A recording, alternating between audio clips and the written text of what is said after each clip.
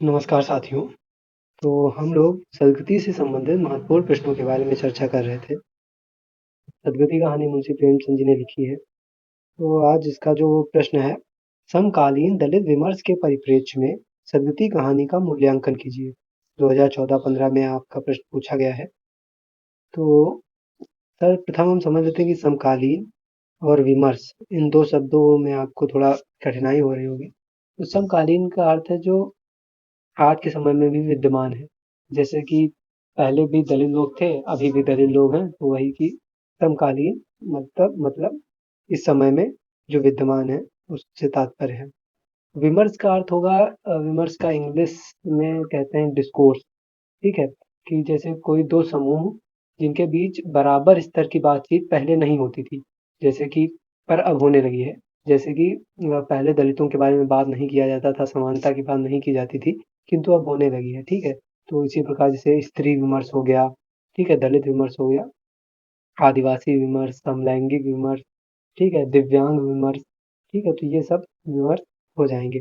तो इन दोनों शब्दों का अर्थ आपको समझ में आ गया होगा। तो आइए इसका उत्तर देख लेते हैं। प्रेमचंद जिस दौर में कहानियां लिख रहे थे, उसी समय डॉक्टर अंबेडकर दलितों के मानवाधिकार का प्रश्न प्रचंड रूप में स्वाधीनता संग्राम नेताओं के समक्ष उठा रहे थे। इसी समय प्रेमचंद जी ने भी सामाजिक यथार्थ को अपनी रचनाओं में स्थान दिया। तो हम लोग भूमिका में ये 2-3 लाइनें लिख देंगे जो आज के समय से संबंधित होगी। प्रेमचंद की कई कहानियों में दलित समाज के चित्र दिखाई पड़ते हैं, जैसे गुल्ली डंडा, दूध के दाम, सदगति और कफन इत्यादि में।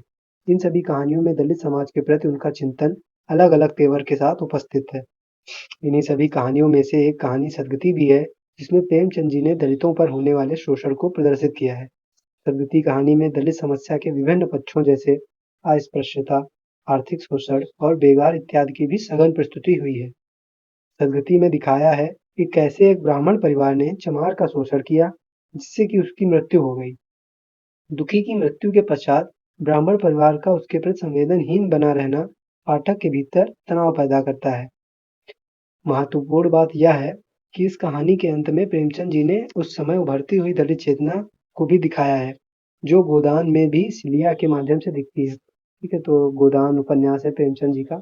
एक ऐसे ही तुलना करके हम लोग लिख सकते हैं। इससे थोड़ा प्रश्न आपका और प्रभाव डालता है परीक्षक पर। ठीक है, तो इधर अब एक कोट कर देंगे। इधर गोंड ने चमरौने में जाकर सबसे कह दिया, खबरदार मुर्दा उठाने मत जाना, अभी पुलिस की तहकीकात होगी। दिलगी है कि एक गरीब की जान ले ली, पंडित जी होंगे तो अपने घर के होंगे। ठीक है, तो ये जो सदगति कहानी है, इस पर एक फिल्म भी बनाई गई है, एक शॉर्ट फिल्म है जो कि 1981 ईस्वी में सत्यजीत रे द्वारा निर्देशित की गई थी। यूट्यूब पे है, आप लोग देखिएगा। बहुत अच्छी तरह उसमें रोल अदा किए हैं लोग। तो ये हो जाएगा। अब प्रेमचंद की कहानी सदगति एक महत्वपूर्ण और समयानुसारी कहानी है, जो समकालीन दलित विमर्श के परिप्रेक्ष्य में विशेष महत्व रखती है। यह कहानी एक समाज में दलित वर्ग की जीवन शैली, उनकी संघर्ष और सामाजिक अन्याय को उजागर करती है। समकालीन में दलित विमर्श के प्रति कई लेखकों ने कई रचनाएं की हैं, जिनमें डॉक्टर सुशीला ठकभौरेजी जी का सिलिया और सिलिया एक रचना है इनकी, और ओम प्रकाश वाल्मीकि जी की कविता ठाकुर का कुआं आदि सम्मिलित है। तो जैसे उस समय में प्रेमचंद जी और कई लोग दलित विमर्श पर लिख रहे थे, तो उसी प्रकार आधुनिक काल में इस समय ये 2 लेखक जो हैं, उन्होंने दलित विमर्श पर कई रचनाएं लिखी। आज के परिदृश्य में सदगति कहानी दलित विमर्श के विषय को विस्तार देने में महती भूमिका अदा की है। सदगति जैसी कहानियां ही आज के साहित्यकारों को समाज के यथार्थ को उजागर करने के लिए प्रेरित करती हैं। सदगति कहानी अपने समय में व्याप्त सामाजिक असमानताओं को समाज के समक्ष प्रस्तुत करती है। समकालीन दलितों में अपने जात को लेकर नई चेतना जागृत हुई है, और यह सब साहित्य में लिखी गई रचनाओं के कारण हुआ है। कई रचनाएं लिखी गई जिससे लोग पढ़े लिखे और धीरे धीरे उनके उनके प्रति जागरूकता पैदा होती गई।